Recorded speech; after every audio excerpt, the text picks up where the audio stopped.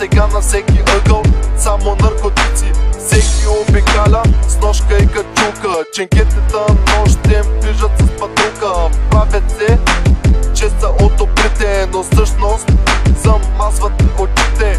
Те са като дяволи от ада. Заплатата не стига, даже и за хляба. Ходят си за им но вечер на гости и си валят конфискуваните пости. Да, така е, това е реална клетка.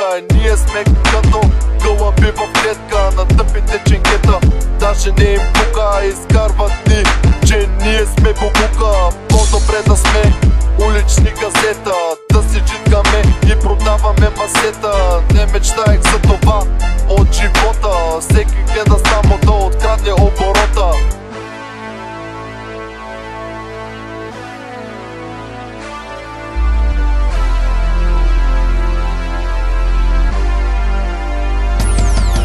Всичко е масната корупция. По улиците виждам наркомани, проституция. Правят се наркомански сделки, понякога и улични престрелки. Защото за нас на никой не му треме. Държавата се опитва всичко да ни вземе. България, това е нашата нация. За жалост не виждам никаква демокрация. Виждам само мафиоти политици, обикалящи навсякъде с черни хищници.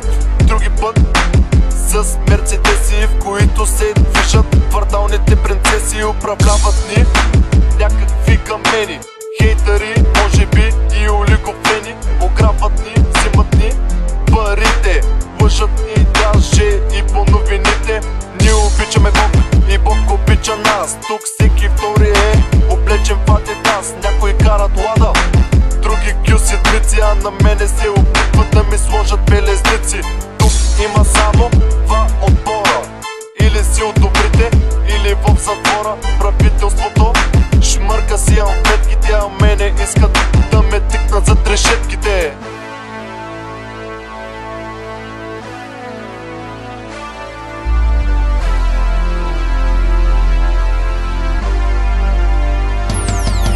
От гражданин като мен търсят си изгода, продължават да ебават даже и народа. Подслушват ми и телефона, все едно съм направил нещо извън закона.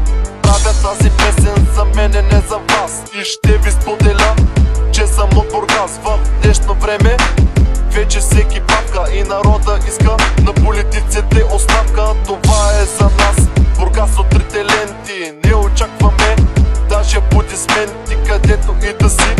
Слушай тази песен, защото пътят ти няма да е лесен.